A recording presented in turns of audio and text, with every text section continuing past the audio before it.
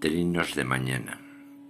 Trinos, melodías de mañana que los balcones decoran con sinuosas baladas por graznidos engarzadas.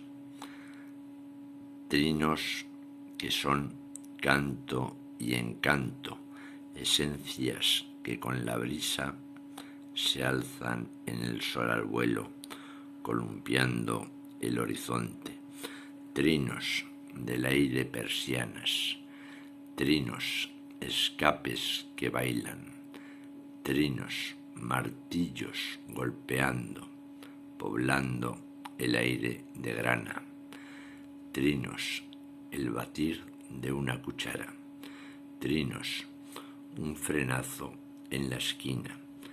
Trinos, la lima y el serrucho que bailan contra la chapa. Son textos de Miguel de Asens.